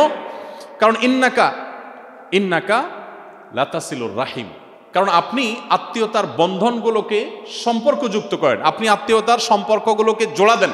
কেউ কারোর আত্মীয়র সাথে সম্পর্ক ছিন্ন করলে আপনি সেখানে গিয়ে জোড়া লাগানোর জন্য ভূমিকা রাখেন। এবং ওয়াতাহমিলুল কাল, আপনি কারোর মাথার বোঝা খুব ভারী হয়ে গেলে তার বোঝাটা আপনি বহন করে দেন। কেউ ঋণের বোঝায় জর্জরিত হলে তার ঋণের বোঝাকে হালকা করার জন্য আপনি ভূমিকা রাখেন। ওয়াতাকসিবুল মাদুম, যার কিচ্ছু নেই তাকে আপনি উপার্জন করে দেওয়ার, তার সম্পদ আহরণ করে দেওয়ার, জোগাড় করে দেওয়ার উদ্যোগ আপনি নেন। ওয়াতাকরিদ দাইফ, আপনি মেহমানের মেহমানদারি করেন। আমরা হয়তো মনে করবো এটা আবার এমন কি বিষয়, মেহমানদারি করে এখন তো কোনো ব্যাপারই না, আমরা তো সবাই মেহমানদারি করি, আমাদের সমাজে এমন কে আছে মেহমানদারি করি না। এই জন্য আমি বললাম, আপনাকে নবী সাল্লাল্লাহু আলাইহি সাল্লামকে মূল্যায়ন করতে হলে, তাকে নিয়ে আপনাকে অধ্যয়ন করতে হলে, আপনাকে ফিরে যেতে হবে 1.5 সহস্র বছর আগের পৃথিবীতে, যেই পৃথিবীতে 2-3 মাসেও অনেক বাসায় মানুষের চুলায় আগুন জ্বলতো না। খোদ নবী করিম সাল্লাল্লাহু আলাইহি সাল্লামের বাসায় 2 মাস 3 মাসে একবার আগুন জ্বলতো না অনেক সময়। তাহলে কি খেয়ে বেঁচে থাকতেন? ওই যে হয় শুকনা খেজুর আর পানি, এই দুটি ছাড়া তৃতীয় কোনো খাবার ছিল না। মাসকে মাস এভাবে খেয়ে বেঁচে থাকতে হতো। মানুষ খাবার আজকের মতো এত খাবার কথা কল্পনাও করতে পারতো না। সেই জায়গায় সেই সমাজে নবী করিম সাল্লাল্লাহু আলাইহি সাল্লামের কাছে কোনো মেহমান আসলে মেহমানদের খাবার দেওয়ার ক্ষেত্রে তার কোনো কার্পণ্য ছিল না। এবং তার সাহাবীদের বহু ঘটনা আছে যিনি তাদেরকে এমনভাবে গড়েছিলেন যে তারা খুব বেশি মেহমান নওয়াজ ছিলেন, অতিথি পরায়ণ ছিলেন। তো খাদিজা রাদিয়াল্লাহু তাআলা বলেছেন ওয়াতাকরিদ যায়ফ, আপনি তো খুব অতিথি পরায়ণ, নিজের বাসায় কোনো খাবার না থাকলে অতিথিকে আপনি কখনো না খাইয়ে ছাড়েন না, জোগাড় করেই ছাড়েন। মানুষকে খাওয়ানো সহজ কাজ আজ, কারণ আমার বাসায় অনেক কিছু আছে, সেখান থেকে একটু খাওয়ালাম, কিন্তু আছেই অল্প কিছু, তার আমি না খেয়ে ক্ষুধার্ত থেকে সারা রাত মেহমানকে খাওয়ালাম, এটা সহজ বিষয় না। নবী সাল্লাল্লাহু আলাইহি সাল্লামের জীবনের একটা বড় অংশ এভাবে পার হয়েছে। এরপর তিনি বলেছেন ওয়াতাইনু আলা নওয়াইবিল হক, মানুষের অধিকার আদায়ের জন্য আপনি কাজ করেন। যেহেতু আপনি এত বেশি মানবিক উদ্যোগ গ্রহণ করেন, অতএব আপনাকে আল্লাহ তাআলা কখনো বেইজ্জত করবেন না, লাঞ্ছিত করবেন না। তিনি মানবতার উপকারের জন্য, মানুষের আর্থিক যে সমস্ত চাহিদা আছে সেগুলো পূরণ করবার জন্য, অভাবী গরিব দুস্থ মানুষদের পাশে দাঁড়াবার জন্য যাকাতের বিধান আল্লাহর পক্ষ থেকে আমাদের জন্য আরোপ করেছেন। সাদাকা দিয়েছেন, কোরবানি দিয়েছেন, মানত দিয়েছেন, কাফারা দিয়েছেন, এবং বিভিন্ন পশু জবেহের যে উদ্যোগ হালাল সেটার বিধান দিয়েছেন, ওয়াকফের বিধান দিয়েছেন, ওসিয়তের বিধান দিয়েছেন, দানের বিধান দিয়েছেন, ঋণ দেওয়ার ফজিলত বর্ণনা করেছেন, এবং এতিম গরিব বিধবা তাদের দায়িত্বভার গ্রহণ করার ফজিলত বর্ণনা করেছেন, উৎসাহ দিয়ে গেছেন। এবং যত রকমের কল্যাণমূলক কাজ আছে, মসজিদ নির্মাণ, মানুষকে পানি পান করানো, কূপ খনন করা, রোজাদারকে ইফতার করানো, তালেব ইলমদের খানা খাওয়ানো, এতেকাফকারীদের খেদমত করা, মসজিদের আবাদ করা, সমাজের নানামুখী কাজ করা, বিপন্ন মানবতার পাশে দাঁড়ানো, বিধবাদের বিশেষ করে দায়িত্বভার গ্রহণ করা, এরকম শত সহস্র আইটেম বলা যাবে। এমনকি বন্দীদেরকে খাবার দেওয়ার উদ্যোগ গ্রহণ করা, শত সহস্র আইটেম তিনি বের করেছেন এবং সেগুলোর ইমপ্লিমেন্ট করেছেন মানবতার মুক্তির জন্য, মানবতার উপকারের জন্য, মানবিক উদ্যোগ হিসাবে। মানবিক মুহাম্মদ সাল্লাল্লাহু আলাইহি সাল্লাম তার যে জীবনের মানবিকতার দিকগুলো আছে, শুধু এগুলো নিয়ে যদি আপনি অধ্যয়ন করেন, আপনি যদি পড়েন, আপনি অবাক হয়ে যাবেন।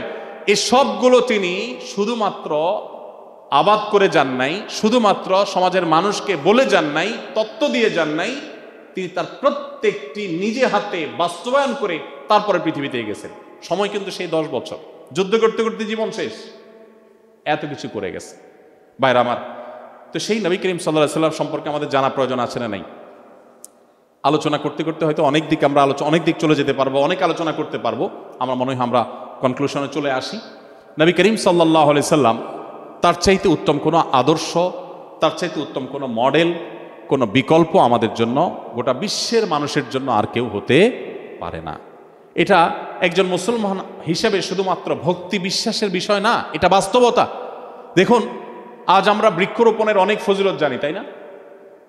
আমি একবার একটা টেলিভিশন প্রোগ্রামে একজন বাংলাদেশের নামকরা একজন স্থপতি, পাশাপাশি তিনি পরিবেশবিদ, তার সাথে একটা প্রোগ্রামে একসাথে ছিলাম।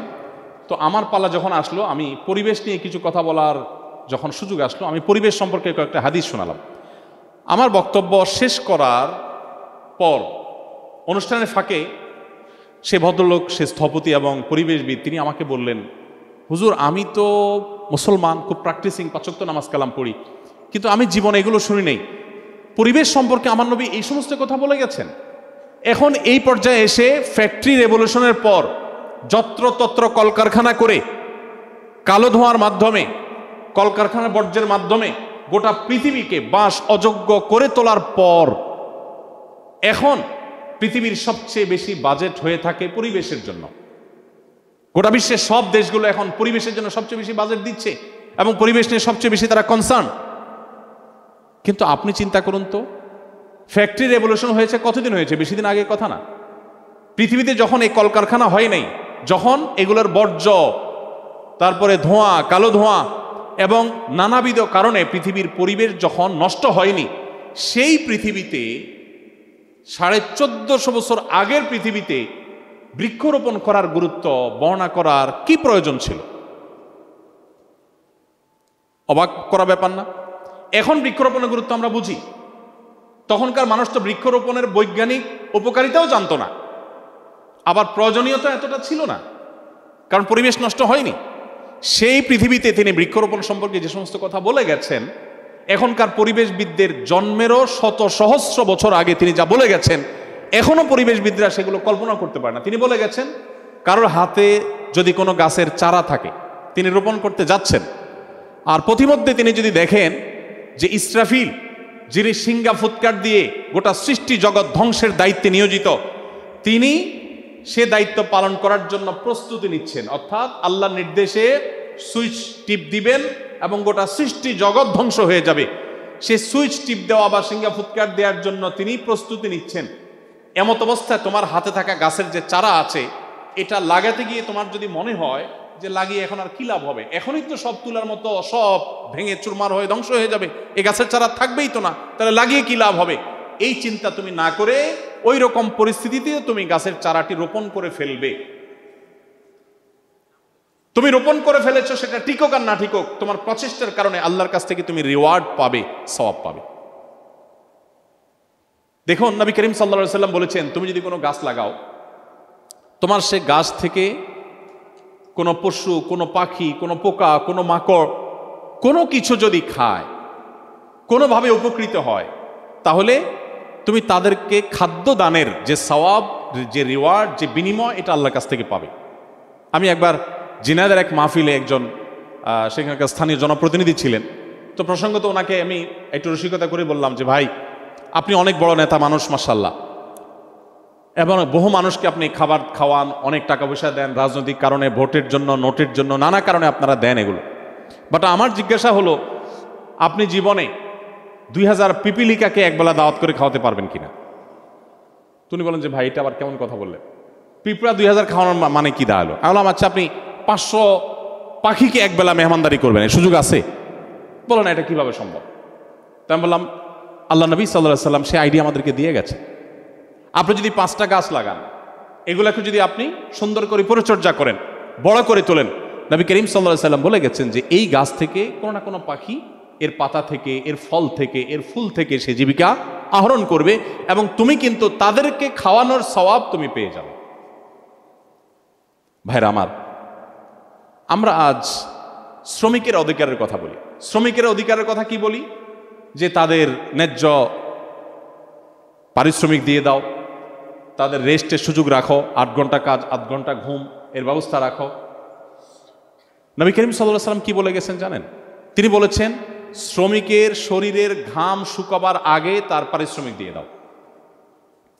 আমি যখন সৌদি আরবে ছিলাম, তখন সৌদি আরবের নিয়ম ছিল, এখন কি আছে আমি জানি না, 25 তারিখে স্যালারি হয়ে যেত। পৃথিবীর কোনো দেশে আছে কিনা আমি জানি না, তো আমি তখন জানতাম, তখন সৌদি আরব রাষ্ট্রীয়ভাবে ইসলামকে অনেক বেশি প্রমোট করত। বাকি দিন দিন অধপতন গোটা পৃথিবীতে হচ্ছে, তাদেরও হচ্ছে। এখন পরিস্থিতি কোথায় দাঁড়িয়ে আছে আমি জানি না, তবে 5-7 বছর আগেরও কথা আমি জানি যে 25 তারিখে স্যালারি হওয়ার রাষ্ট্রীয় নিয়ম ছিল। তা আমি একটু অবাক হয়ে গেলাম প্রথম যাওয়ার পর, ভাই 25 তারিখে স্যালারি কাহিনী কি?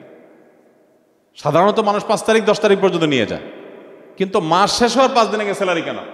তখন আমি জানতে পারলাম, ওই যে নবী সাল্লাল্লাহু আলাইহি ওয়াসাল্লাম বলে গেছেন, ঘাম শুকাবার আগে পারিশ্রমিক দিয়ে দাও, তো মাস শেষ হওয়ার আগে পারিশ্রমিক সেজন্য দেওয়ার সিস্টেম তারা চালু করেছে। শ্রমিকদের জন্য এরকম কথা পৃথিবীতে আজও কোনো শ্রমিকদের অধিকার নিয়ে কাজ করে কোনো ব্যক্তি বা প্রতিষ্ঠান আজও বলতে পারে নাই। আপনি আরও আশ্চর্য হবেন, তিনি বলেছেন, তোমরা যা খাও তোমার শ্রমিককে তা খাওয়াও, তোমরা যা নিজেরা পরো তোমার শ্রমিককে তা পরাও। এখন আপনি যে ব্র্যান্ডের শার্ট কিনেছেন, আপনি আপনার ড্রাইভারের গায়ে যদি এসে দেখেন কাকতালীয়ভাবে আপনি শার্টটা পরে আসছেন, আজকে নতুন শার্ট, আয়সা গাড়িতে উঠে দেখলেন ড্রাইভার সাহেব সেম ওই ব্র্যান্ডের শার্টটা পরে মাশাআল্লাহ বসে আছে, তখন মেজাজটা কেমন হবে বলেন? সাথে সাথে হয় মনে হবে যে শার্ট খুলে খালি গেঞ্জি গায়ে থাকলে তো ভালো হতো, মান সম্মান একটু টিকতো।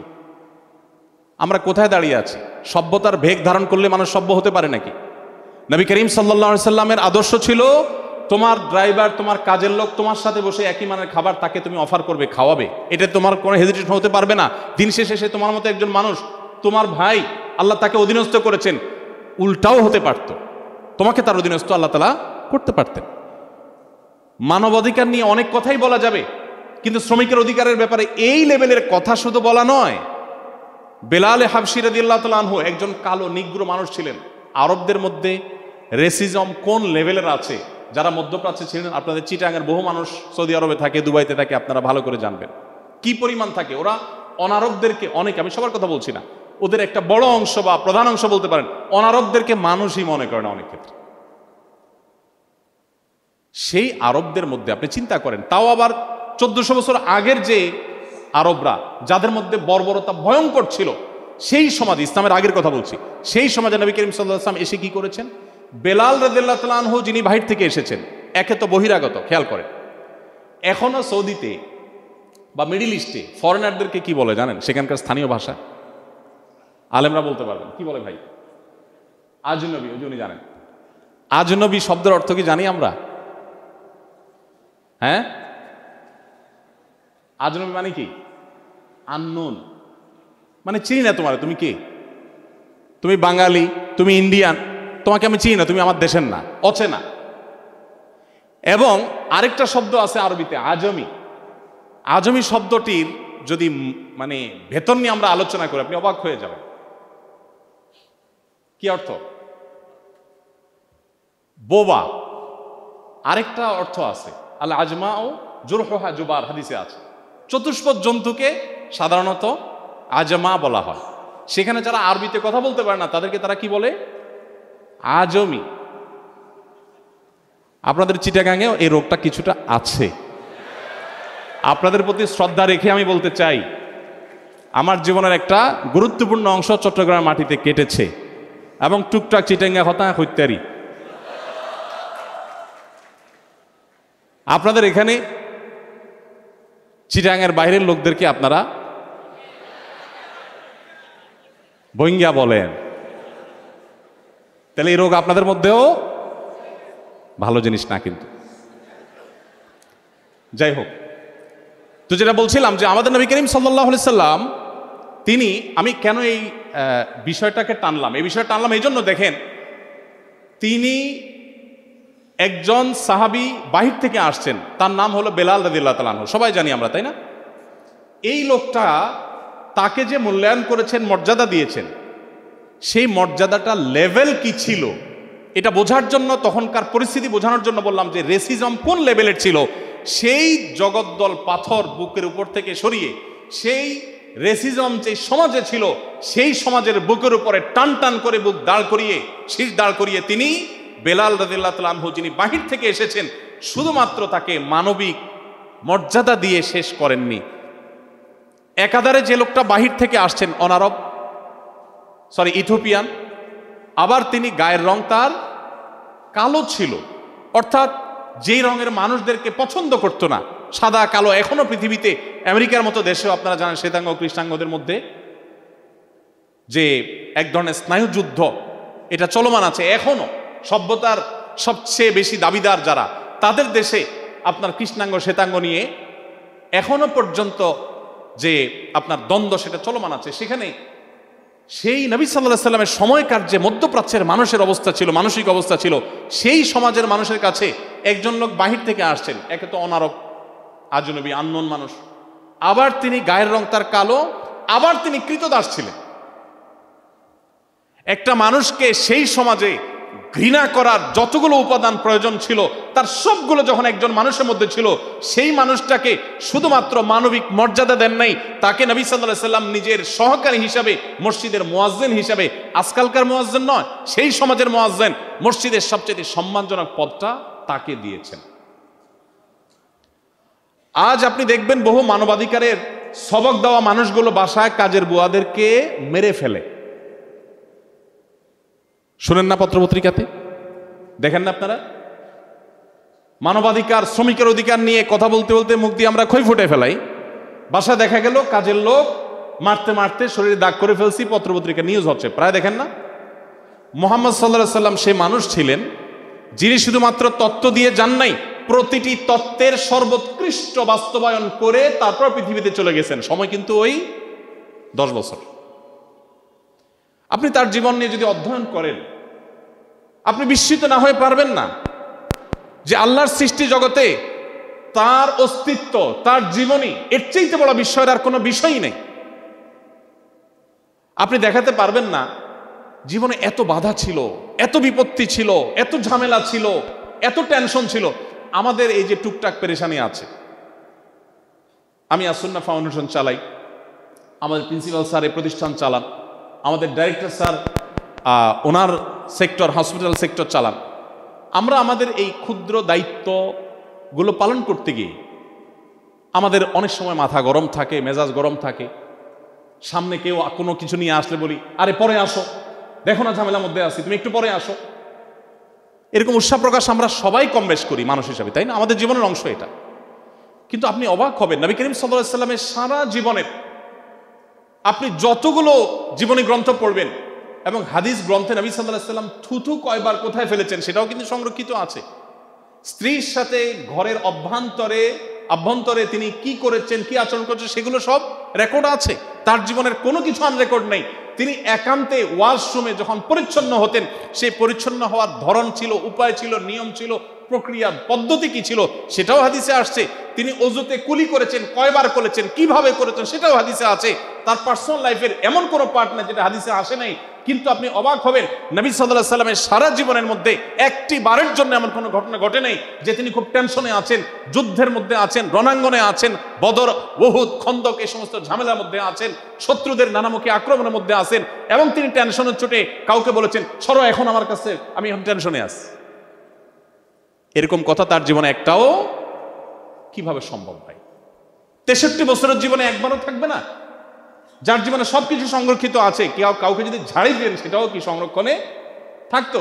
হাদিস সম্পর্কে যদি আপনার একেবারে প্রাইমারি ধারণাও থাকে, তাহলে আপনি বলতে পারবেন যে নবী সাল্লাল্লাহু আলাইহি সাল্লামের জীবনে কাউকে ঝাড়ি দিবেন আর সেটা হাদিসে বর্ণনা থাকবে না, অসম্ভব।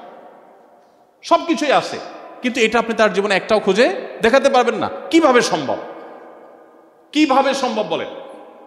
2024 সালের এই বাস্তবতা, এই পৃথিবীতে দাঁড়িয়ে আমরা কত টেনশনে থাকি। সুইচ দিলেই ফ্যান ঘুরে, আপনার রিমোট টিপ দিলে এসি চলে, কথা বলছি স্মুথলি, কোনো অসুবিধা না, মাইকের ব্যবস্থা আছে, লাইটের ব্যবস্থা আছে। কিছুই ছিল না, বাসায় খাবারটা পর্যন্ত ছিল না, আরাম করে ঘুমাবে সে ব্যবস্থা পর্যন্ত ছিল না, চতুর্মুখী শত্রুতা ছিল। এরকম সংগ্রামী একটা জীবন, এরকম শত সহস্র বাধার পাহাড় ডিঙ্গিয়ে চলা একটা জীবনে একটি বারের জন্য কোনো মানুষকে ঝাড়ি দিয়েছেন, কোনো মানুষকে বকা দিয়েছেন এবং পরে আবার সরি বলতে হয়েছে, এরকম একটি ঘটনা তার জীবনে ঘটেনি। এটি কোনো স্বাভাবিক বিষয় নয়, এটি আল্লাহর পক্ষ থেকে তিনি যে মিরাকল, আল্লাহর পক্ষ থেকে যে তিনি মহামানব ছিলেন, আল্লাহর পক্ষ থেকে যে সবচেয়ে বড় বিস্ময়কর সৃষ্টি ছিলেন, এটি তার একটা ছোট উদাহরণ মাত্র। আপনি মানবাধিকার নিয়ে আজকাল যে সমস্ত কথা বলা হয়, আমি তো বলি যে নারীবাদ নিয়ে, অন্যান্য বাদ নিয়ে অনেক কথা বলা, নারী অধিকার নিয়ে অনেক চমৎকার চমৎকার কথা আপনি শুনতে পাবেন।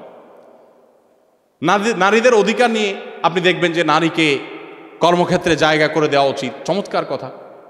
কিন্তু সেটা দেখবেন ইয়াং নারীদের বেলায়, বৃদ্ধ নারীদের বেলায় দেখবেন না। কি বলেন? দেখবেন পশ্চিমা পৃথিবীতে যারা আমাদেরকে এগুলো সবক দেয়, তাদের দেশে বৃদ্ধ নারীদের বেলায় তাদের একমাত্র ডিসিশন হলো বৃদ্ধাশ্রম। আর কোনো বিকল্প আছে তাদের কাছে? কিন্তু আমার মুসলমানের কাছে কি বিকল্প আছে বলেন তো? আমার মুসলমানদের সমাজে আমার নবী সাল্লাল্লাহু আলাইহি ওয়াসাল্লাম যে আদর্শ শিক্ষা দিয়ে গেছেন, সে আদর্শের শিক্ষার কারণে আমাদের সমাজে নারীর জীবনের সবচেয়ে উপভোগ্য টাইমটা থাকে, সবচেয়ে সুখকর সময়টা থাকে তার বার্ধক্যের সময়টা। শূন্য, সামন্ত, ছেলে ফেলে, নাতিপুতি সব চারপাশে ঘিরে থাকে, ভাবটাই অন্যরকম। যৌবন বয়সের স্বামীর সংসারে টুকটাক ঝামেলা ছিল, ননদ, দেবর, শাশুড়ি, নানান কাহিনী ছিল। মাগের যখন বৃদ্ধ হয়ে গেছে, এখন সারা জীবন ডিস্টার্ব করা স্বামীটাও এখন বিড়ালের মতো সোফার এক কোণা চুপচাপ বসে থাকে। কেন বসে থাকে? কারণ তাকাইলে দেখে ছেলে ডানে, মেয়ে ডানে, ছেলের ঘরের নাতি, মেয়ের ঘরের পুতি, সব চারপাশে ঘেরা। বুড়ির যে পাওয়ার, তাতে বেচারা চুপচাপ মিসকিনের মতো বসে থাকে সোফার এক কোণে। আমার এই সমাজে নারীর অধিকার নবী করিম সাল্লাল্লাহু আলাইহি ওয়াসাল্লাম এমনভাবে প্রতিষ্ঠা করে গেছেন, নারীর জীবনে যত তার বয়স হবে তত তার মর্যাদা বাড়বে, তত তার মূল্য বাড়বে, তত তার গুরুত্ব বাড়বে, সংসারে তার আধিপত্য বাড়বে, তার কর্তৃত্ব বাড়বে, তার মর্যাদা বাড়বে। আর তোমরা যে নারীর অধিকারের কথা আমাদেরকে সবক শোনাতে আসো, তোমার সমাজে নারীর নিগ্রহের যে পরিমাণ, যে রেশিও, নির্যাতনের যে হার, সেটা আমরা সবাই জানি। আজ গুগলের এই সময়, অনলাইনের এই সময়ে আমি সেজন্য বলি, হে মুসলমানের সন্তান, হে আমার ভাই, আপনাকে কোনো নীতিবাক্যের সবক মুহাম্মদ সাল্লাল্লাহু আলাইহি সাল্লামের উম্মত হিসাবে আপনাকে পৃথিবীর কোনো সভ্যতার কাছ থেকে ধার নেওয়ার কোনো প্রয়োজন নেই। আপনি নিজে এত সমৃদ্ধ, আপনি এত রিচ, আপনি জানেন না আপনার মানবাধিকারের প্রয়োজন, আপনার পশুর অধিকারের প্রয়োজন। পশুর অধিকার নিয়ে তিনি কি করে গেছেন? কোনো পশুকে যদি জবে করেও তোমার খেতে হয়, ছুরি ভালো করে ধার দিয়ে নাও।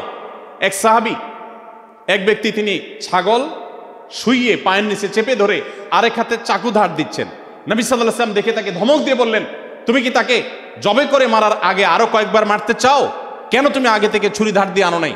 এখন গলার উপরে পাড়া দিয়ে তারপর তুমি ছুরি ধার দিচ্ছ। আরেকজনকে পিপিলিকা মারতে দেখেছেন, আগুন দিয়ে পোড়াচ্ছে। তিনি বলেছেন, লা ইউআযযিবু বিন-নার ইল্লা রাব্বুন নার। আগুন দিয়ে শাস্তি দেওয়া শুধু আগুনের সৃষ্টিকর্তার সাজে, আর কারোর সাজে না। কোনো প্রাণী, কোনো সৃষ্টি যদি তোমার উপদ্রবের কারণ হয়, তুমি মেরে ফেলো, নিধন করো, কিন্তু নির্মম ভাবে তুমি তাকে মারবে আর এনজয় করবে, ফুর্তি করবে, এটা তোমার কখনো স্বভাব হতে পারে না। এজ এ মুসলিম আপনি পশুর অধিকারের কথা বলবেন, প্রাণী সম্পদ রক্ষার কথা বলবেন। আমি আবারও বলছি, চলে যান ১৫০০ বছর আগের পৃথিবীতে, যখন মানুষ কি করতো জানেন? নবী সাল্লাল্লাহু আলাইহি সাল্লাম তো অনেক পরের কথা, তার একজন সাহাবী দেখতে পেলেন যে কোরাইশের, মক্কার কিছু যুবক ছেলে ফেলে, যুবক পোলাপানের যৌবন বয়সে অনেক পাগলামি করে, অনেক উচ্ছলতা থাকে, উন্মাদনা থাকে। তারা দেখলেন যে এক ব্যক্তিকে ধরে নিলেন, তার কাছে অনেকগুলো পাখি আছে, এই পাখিগুলোকে সবগুলাকে বেঁধে বেঁধে রাখছে এবং তীর দিয়ে তারা দূর থেকে ওটাকে নিশানা বানায় টার্গেট করে তীর মারছে। কোনো পাখির গায়ে লাগছে, মারা যাচ্ছে সাথে সাথে। মারা গেলে তখন ওই পাখির বিনিময়ে ওই যে তীরটা লাগছে, ওই তীরটা পাখির মালিককে দিয়ে দিচ্ছে। এটা একটা খেলা, জুয়ার মতো অনেকটা বানায় নিস। তো পাখির চাইতে তীরের দাম অনেক বেশি, মালিক তীরটা পেয়ে যাচ্ছে। আর যদি পাখিতে না লাগে তাহলে তো নাই। তো এইভাবে একটা খেলা তারা সাজাচ্ছিল, জাস্ট এনজয় করছে, পাখিকে নির্মমভাবে মেরে মেরে। নবী করিম সাল্লাল্লাহু আলাইহি ওয়াসাল্লাম সাহাবী সম্ভবত আব্দুল্লাহ ইবনে ওমর রাদিয়াল্লাহু তাআলা আনহু, তিনি যখন এই যুবকদের কাছাকাছি আসলো, দেখেন কিছু বলতে হয় নাই, তাকে দেখে সবগুলা ভৌদৌড়, সব পালায় গেছে। কেন পালায় গেছে? কারণ জানে মুহাম্মদ সাল্লাল্লাহু আলাইহি সাল্লামের শিষ্য সাহাবী একটা পাখির প্রতি নির্মমতা, এটা সে সহ্য করবে না, পালিয়ে গেছে। তিনি খুব কঠোরভাবে তাদেরকে ভৎসনা করেছেন এবং তাদের এই বর্বরতার বিরুদ্ধে তিনি কথা বলেছেন। ভাইরা, আজ আপনাকে যারা মানবতার সবক দেয় আর আপনি শুনে খুব বেশি আপ্লুত হয়ে যান, ফিলিস্তিনে নিরীহ মানুষগুলোকে পশুর মতো, পশুর চাইতে আরো নির্মম ভাবে অনবরত হত্যা করে ফেলা হচ্ছে, তাদের মুখে কোনো মানবাধিকারের কথা সেখানে পাবেন না। আপনি মুহাম্মদ সাল্লাল্লাহু আলাইহি ওয়াসাল্লামের উম্মত, আপনার মানবাধিকারের সবক, আপনার পরিবেশ রক্ষার সবক, আপনি যে কোনো কিছুর সবক নিতে যান, আপনাকে পৃথিবীর কারো কাছে যাওয়ার দরকার নাই।